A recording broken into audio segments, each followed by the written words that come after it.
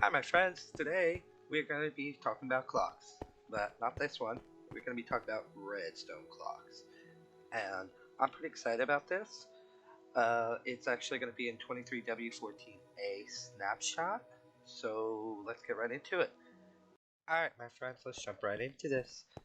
This is a Sculk clock. It's pretty small, it's pretty compact. It counts by seconds, 2 seconds, and I like the fact that it doesn't count by ticks, 20 ticks per second and all that, but it'll go by 2 full seconds.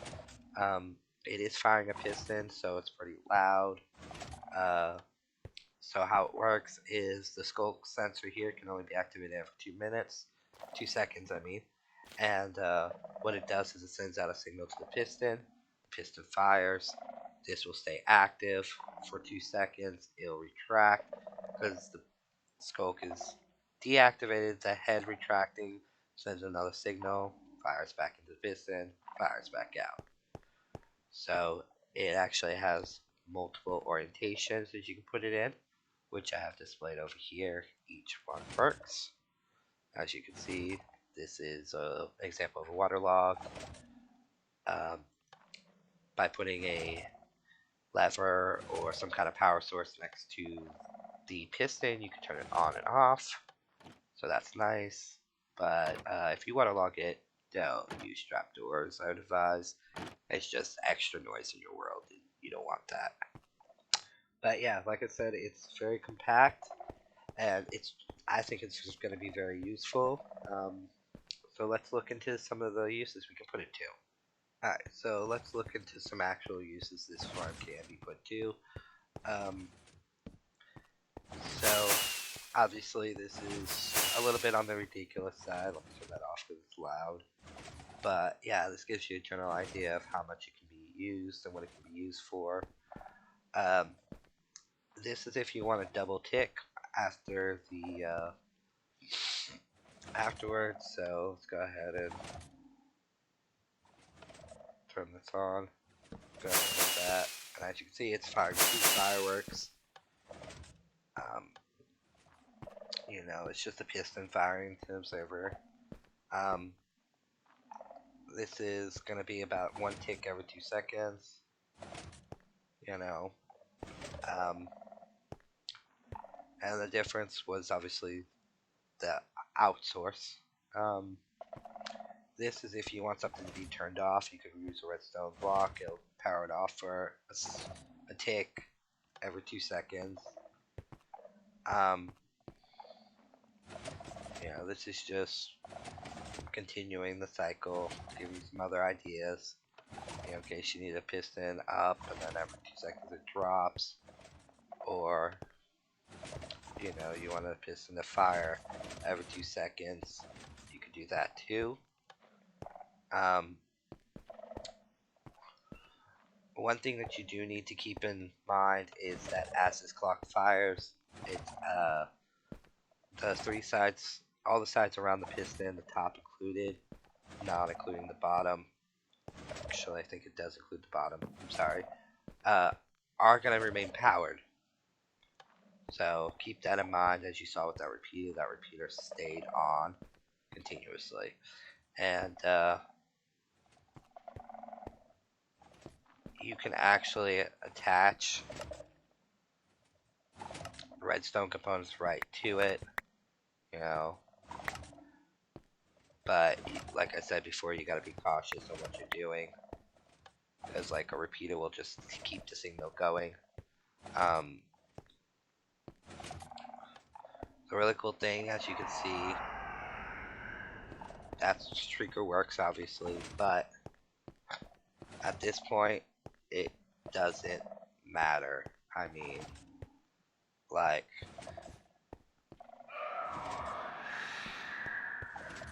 all of that. Let me grab a wool block.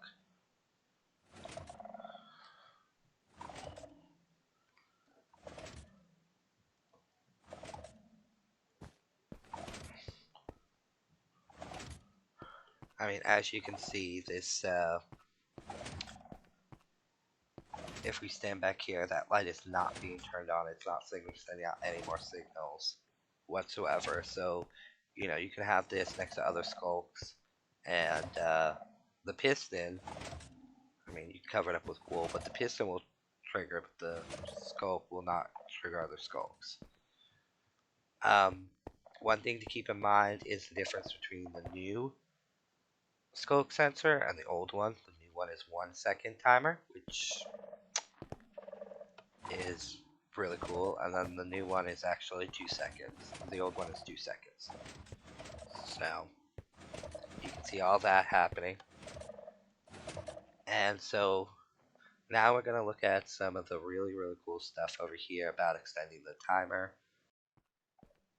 This actually is taking a comparator from this dropper. There's an item cycling through. Every other pulse, this comparator goes off, so it basically doubles the time, which is pretty useful. I think because it actually is going to make it double. So with the calibrated sensors, you get 1 second. With the old Sculk sensors, you get 2.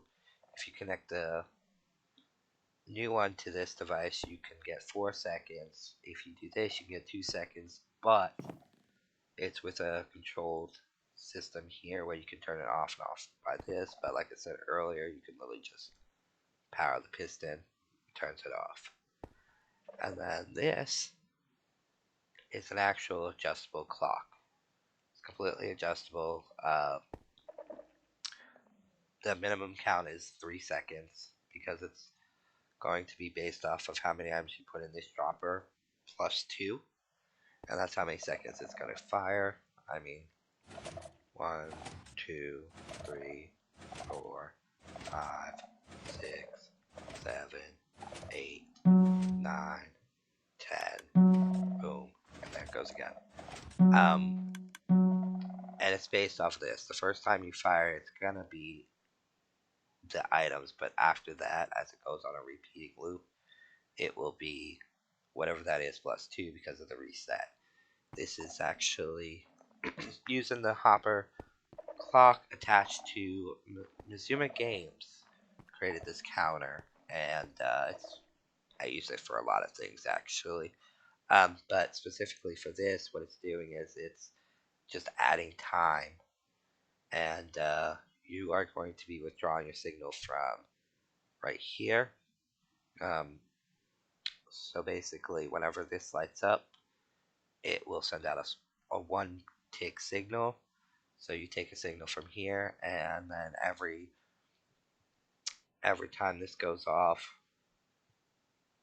it will I have 8 redstones every 10 seconds. This will light once. So I mean, I can change this. It's pretty useful, and I'm pretty excited about this.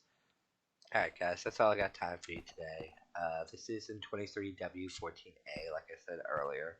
So if for some reason this stops working at 1.20, there'll be a note in the description. So if you're at 1.20 or later, just check there. I'll keep an eye on it. I'm probably going to be using these a lot more. I will be doing a tutorial on the clock soon. It'll be just a quick little tutorial to teach you how to build the adjustable clock right here if you want to use it. And I mean, I love the counter that's in this clock. I've been using it for years.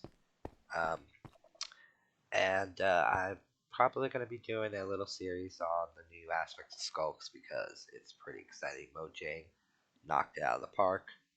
And yeah, good job. So thank you for watching, and that's it for now. Bye bye.